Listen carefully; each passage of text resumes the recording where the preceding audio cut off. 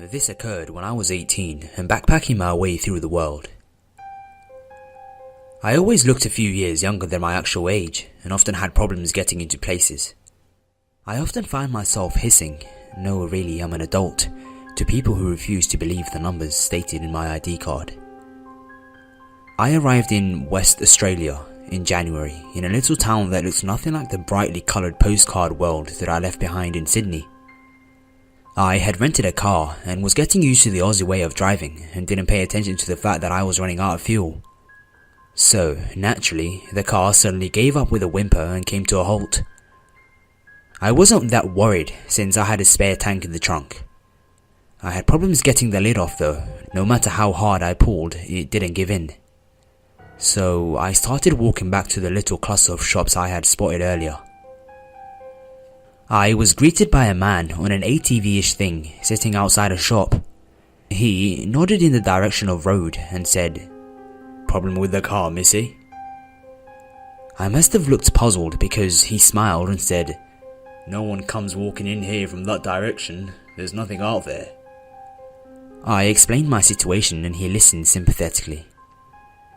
"Did you rent the car from Creepy Freddy? No wonder he gave up on you. That bloke can't be trusted, you see." He introduced himself as Charlie and quickly got the lid off the spare tank for me. "Want to ride back to the car? It's awfully warm to walk in the middle of the day. No ozone layer here, you see." I felt a bit stupid hesitating. He seems like a nice guy and he was right. The sun was terrible. My shoulders already burnt despite the sun protection.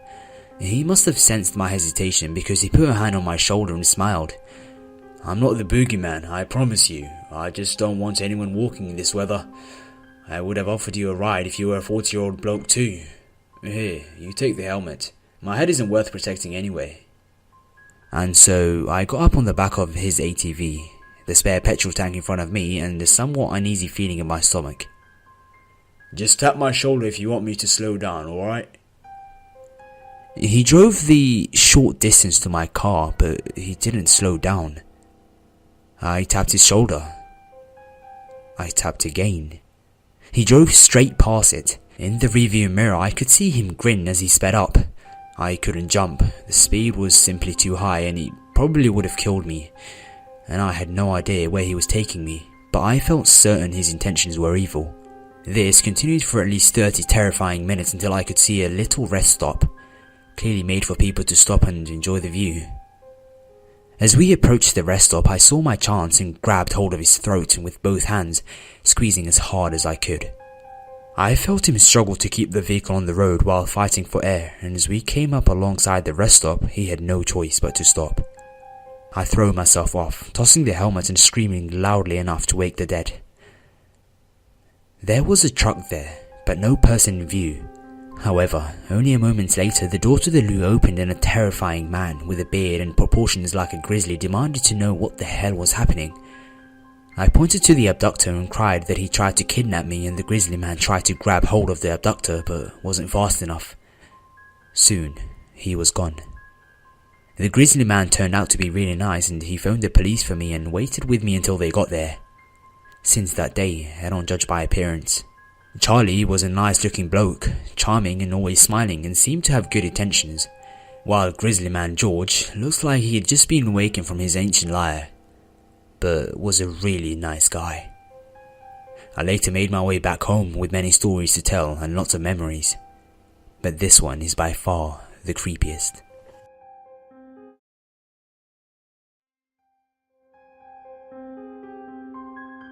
I grew up in a relatively small town in northwest Ohio with a population of around 20,000. A typical summer day for me at age 12 involved waking up early and eating as much Crispix cereal as I could in a short amount of time, getting on my bike, then leaving my house and not returning until dark. Being the youngest of 3 boys, I had 2 brothers who were 4 and 6 years older than me. The easiest way to avoid their torments was not to be there. It was towards the end of summer and I remember having plans to go fishing with a friend that morning. I was up early and did my usual routine before heading out to meet up with him so that maybe we could catch some shitty carp or old boots from the bank of the muddy river that ran through town. It wasn't really my thing, but at least it was something to do and gave me a reason to be out of the house early enough to avoid possibly taking a beating from one of my older brothers. The fastest way for me to ride to my friend's house involved cutting through a drive that led to the deserted Daughters of America home, or D of A, as everyone called it. The place terrified me my entire childhood to the point of having a reoccurring nightmare about it. There was about a 300-yard driveway with a cast iron gate overhead that led directly to the front of the building with large enclosed fields on either side of it. It had been abandoned or unused as long as I could remember, and although someone cut the grass a few times a year, the trees and foliage were all overgrown and unkept. The building itself seemed to be in pretty good shape, but the whole place just scared me, and every time I pedaled past the building on the lane that cut around its left-hand side, I always had that feeling of being watched. After fishing for a few hours, my friend and I both got a little bored, packed our stuff and headed to my house. We passed through the D of A grounds on our way back, and I was a little freaked out going through it as always. When we got to my house, we threw our fishing poles in the garage, grabbed a couple of Cokes from the refrigerator and a basketball from the shelf, before then heading the opposite way we had just come from to the park that was nearby. We played basketball for a while with a bunch of older guys, but I think my friend felt about basketball the way I felt about fishing, so he took off after a few games. I kept playing until late afternoon when the game had dwindled down to just a few guys and eventually everyone was leaving. There were still several hours until it would be dark, so I was trying to think of what I was going to do next when Mike struck up a conversation with me. I kind of knew Mike, but really only from playing basketball at the park. All I really knew about him was that he was a few years older than me and sucked at basketball. He was skinny with shoulder-length sandy blonde hair and was a little over 6 feet with little to no coordination. He was definitely a little weird too, but when he got around to asking me if I wanted to go for a ride on our bikes together, I couldn't think of anything better to do, so I agreed. We ended up back down by the river, and I remember he showed me a cool little spot that I hadn't known about where you could cross a washed out drive onto a little island in the middle of the road. Then we headed just down the street from there, where he introduced me to an even older guy named Bill, who was in his late 30s or early 40s and was sitting on the porch of a rundown house. He was kind of a rough looking guy, about 6 feet tall with a stubble and black hair that had grey creeping into it from the sides, where it came down over his ears in a 70s sort of style. We all talked for a bit before the two of them went inside while I sat on the porch. I could hear them talking through the screen door, but couldn't make out exactly what they were saying since they seemed to be using a hushed kind of tone, not whispering but not talking at a normal volume either. I heard a third man's voice say something about leaving, and eventually they came back outside and somehow it was decided that we would all go for a bike ride. So now I'm riding my bike through downtown with two dudes I don't really know and don't really like. I remember thinking that the whole situation was just off in some way. After stopping at a store and then buying me candy and a pop, we were riding again. It was getting close to sunset, so I finally spoke up and said that I would have to go home soon. Bill tells me there is one last place we have to go and to follow him, so I did. We weaved through town and slowly but surely I realized we were making our way down to the goddamn D of A. We ride up to the side of the building from the back and around to the front where Bill stops. I'm terrified, but I don't show or say anything because I'm an idiot kid trying to act tough. Bill is in front of me and Mike is behind. Bill gets off his bike and starts telling me something about how cool the building is and how he's always wanted to go inside, and that he thought we could all go in together if we can find a way. All I'm thinking at this point is, hell no. Mike is off his bike now too, and they both push their bikes off to the side of the steps leading up to the front door. I'm still straddling my bike with my feet on the ground as they proceed to try to open the front door. It's locked. Bill looks back at me, urging me to come on and say something about needing help. I get off my bike and lay it down on its side directly in front of the front door at the base of the steps. I'm standing at the base of the steps as Mike and Bill try to open a French door to the left of the main door. It won't open either. Then they tried the other French door on the right hand side and it pops right open. Then they try to motion for me to come up to the now open door, but I don't move. I just shake my head. They both then start walking down the steps telling me I have to go in with them and that it would be cool and some other bullshit. I say I need to go home and turn around to pick up my bike. Right as I turn around, Bill grabs my right arm with his right hand hard. I snap my head around to see Mike coming around in front of me. I try to pull my arm free, but Mike grabs my left arm. I start pulling away from Mike, but then Bill grabs my left arm with his left hand. I'm screaming at this point as Bill has both my arms just above my elbows. Mike starts to go for my feet, but I start kicking. I pull back so my weight is supported by Bill, who has both my arms and is trying to drag me, and I kick Mike with both my feet right in his nose and he drops, shrieking. I then start trying to stomp Bill's feet and headbutt him with the back of my head. I manage to get my left arm free and start twisting my entire body around until my right arm pops loose from his grip. I shove Mike as hard as I can and reach for my bike. Mike is coming towards me. I still have the basketball wedged in the frame of my bike from earlier, and I throw it at him. It hits him in the hand he was covering his now bleeding nose with, and it stops him for a second. I take off. I don't look back at all. I just pedaled as hard and as fast as I could straight back to my house.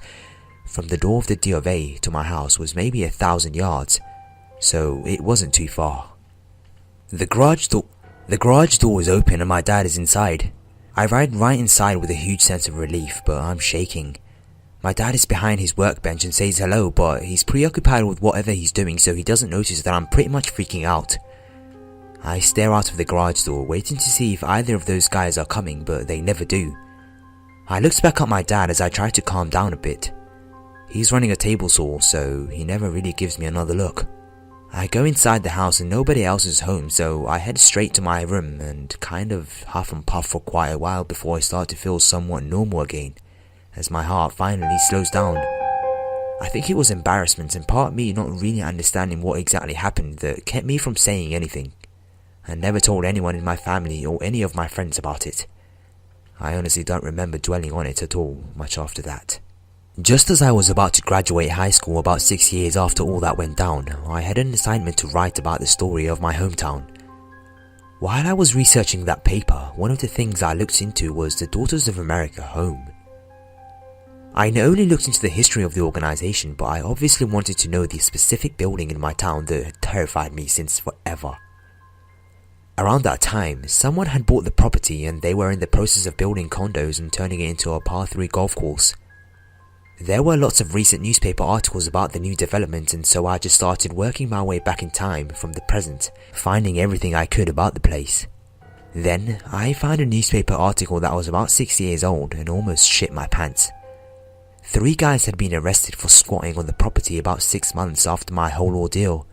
Mike, Bill, and a third person I didn't recognize that may have been the voice I heard from inside the house that day. They had kidnapped a mentally handicapped boy and were keeping him there too. There was and still is a large state mental hospital in my town, and apparently one of them worked there and just disappeared with this kid. The article didn't go into much detail that I remember, but it mentioned that they had apparently been in the building possibly for years before this. Mike was actually 22 at the time. Bill was 45 and the third guy was somewhere in his 50s, I think. Here are some pictures I found of the D of A looking way less creepy than how I knew it.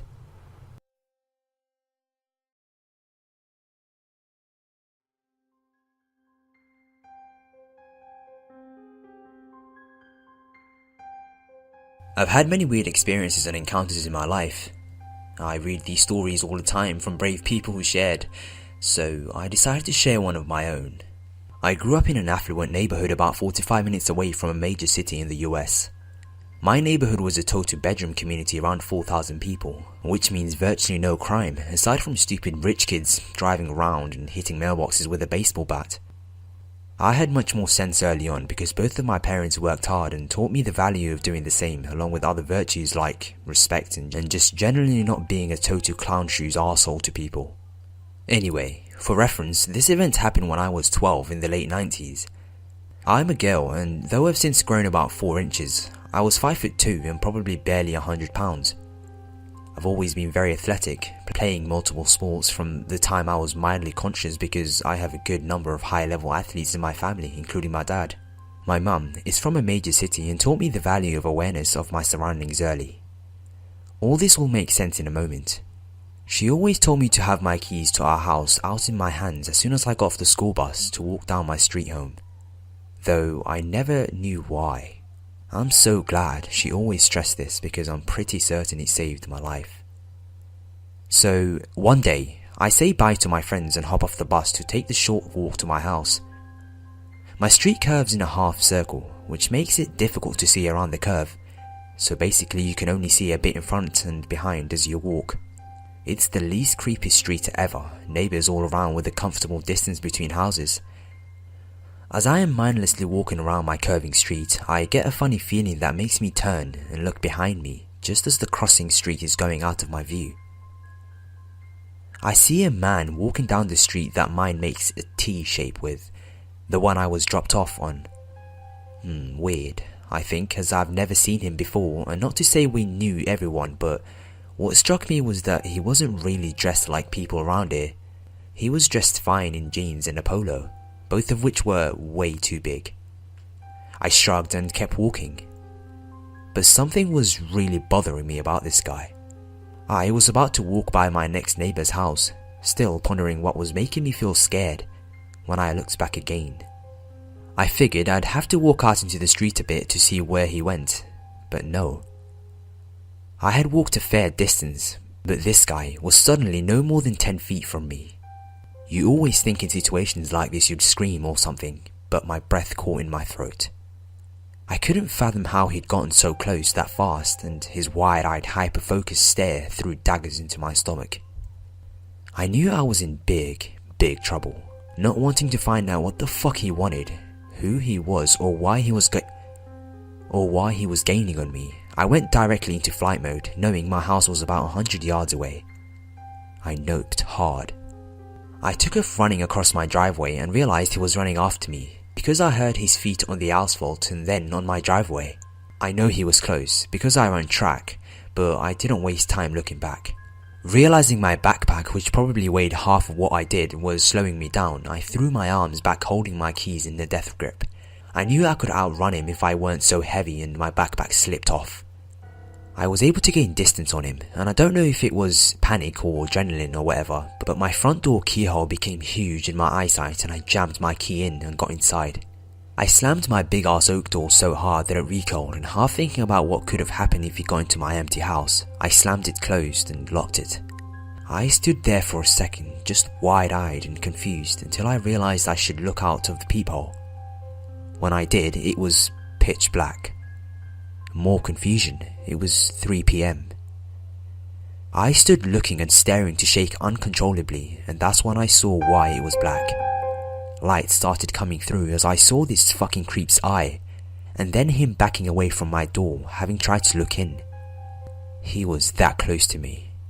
He stood there for a moment, eyeballing my door and house, probably looking for another way in.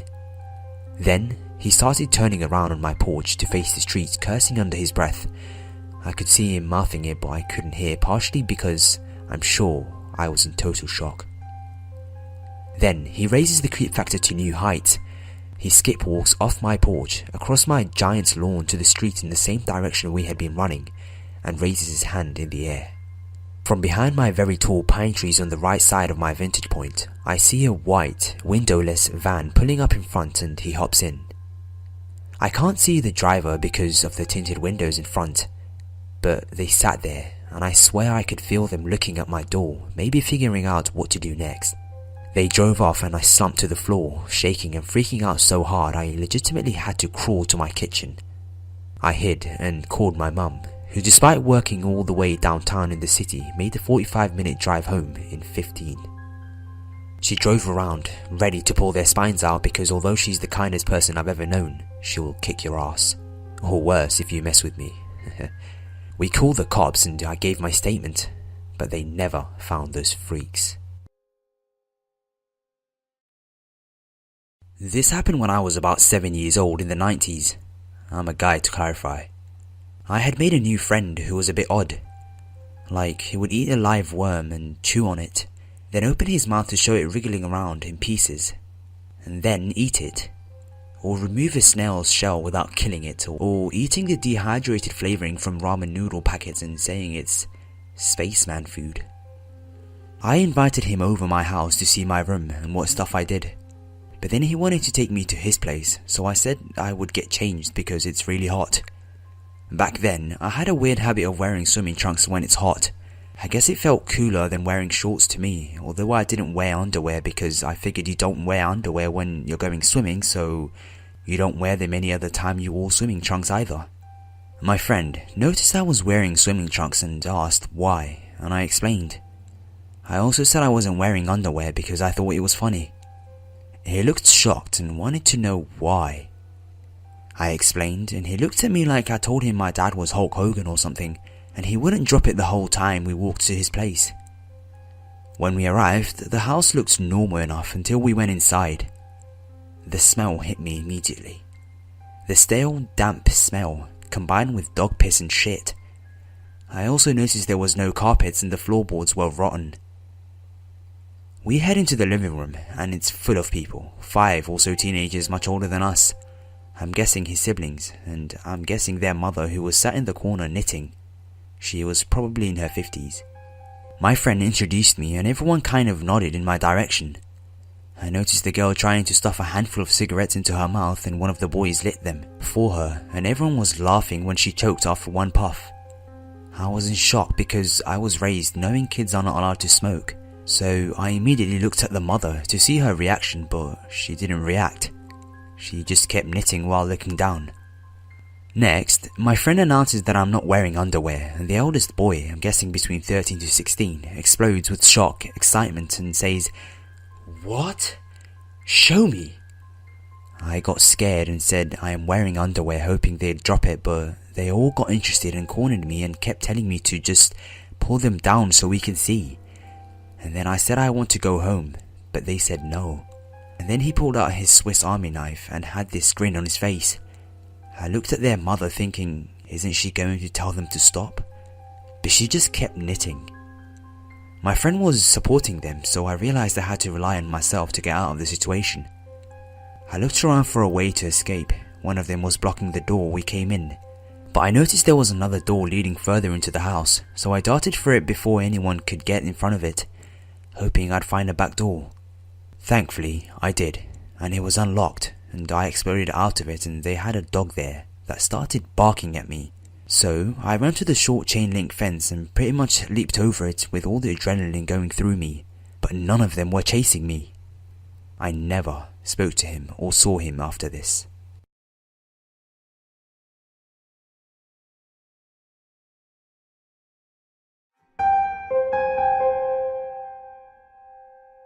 This occurred when I was 18 and backpacking my way through the world. I always looked a few years younger than my actual age and often had problems getting into places. I often find myself hissing, "No, really, I'm an adult," to people who refuse to believe the numbers stated in my ID card. I arrived in West Australia in January in a little town that looks nothing like the brightly coloured postcard world that I left behind in Sydney. I had rented a car and was getting used to the Aussie way of driving and didn't pay attention to the fact that I was running out of fuel. So, naturally, the car suddenly gave up with a whimper and came to a halt. I wasn't that worried since I had a spare tank in the trunk. I had problems getting the lid off though. No matter how hard I pulled, it didn't give in. This man turned out to be really nice and he phoned the police for me and waited with me until they got there. Since that day, I don't judge by appearance. Charlie was a nice looking bloke, charming and always smiling and seemed to have good intentions, while Grizzly Man George looks like he had just been awakened from his ancient lair, but was a really nice guy. I later made my way back home with many stories to tell and lots of memories, but this one is by far the creepiest.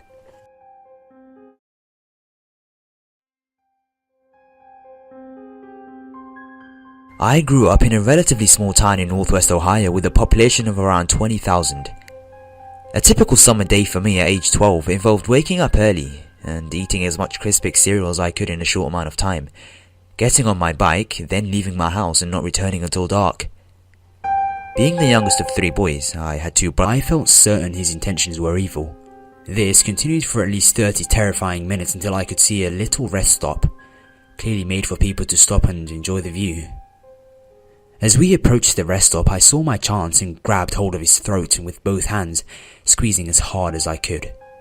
I felt him struggle to keep the vehicle on the road while fighting for air, and as we came up alongside the rest stop, he had no choice but to stop. I threw myself off, tossing the helmet and screaming loudly enough to wake the dead. There was a truck there, but no person in view. However, only a moment later, the door to the loo opened and a terrifying man with a beard and proportions like a grizzly demanded to know what the hell was happening. I pointed to the abductor and cried that he tried to kidnap me, and the grizzly man tried to grab hold of the abductor but wasn't fast enough. Soon, he was gone. The grizzly was already burnt despite the sun protection. He must have sensed my hesitation because he put a hand on my shoulder and smiled. "I'm not the boogeyman, I promise you. I just don't want anyone walking in this weather. I would have offered you a ride if you were a 40-year-old bloke too. Here, you take the helmet. My head isn't worth protecting anyway." And so I got up on the back of his ATV, the spare petrol tank in front of me, and a somewhat uneasy feeling in my stomach. "Just tap my shoulder if you want me to slow down, alright?" He drove the short distance to my car, but he didn't slow down. I tapped his shoulder. I tapped again. He drove straight past it. In the rearview mirror, I could see him grin as he sped up. I couldn't jump. The speed was simply too high and he probably would have killed me. And I had no idea where he was taking me. So I started walking back to the little cluster of shops I had spotted earlier. I was greeted by a man on an ATV-ish thing sitting outside a shop. He nodded in the direction of road and said, "Problem with the car, missy?" I must have looked puzzled because he smiled and said, "No one comes walking in here from that direction. There's nothing out there." I explained my situation and he listened sympathetically. "Did you rent the car from Creepy Freddy? No wonder he gave up on you. That bloke can't be trusted, you see." He introduced himself as Charlie and quickly got the lid off the spare tank for me. "Want to ride back to the car? It's awfully warm to walk in the middle of the day. No ozone layer here, you see." I felt a bit stupid hesitating. He seems like a nice guy and he was right. The sun was terrible. My shoulder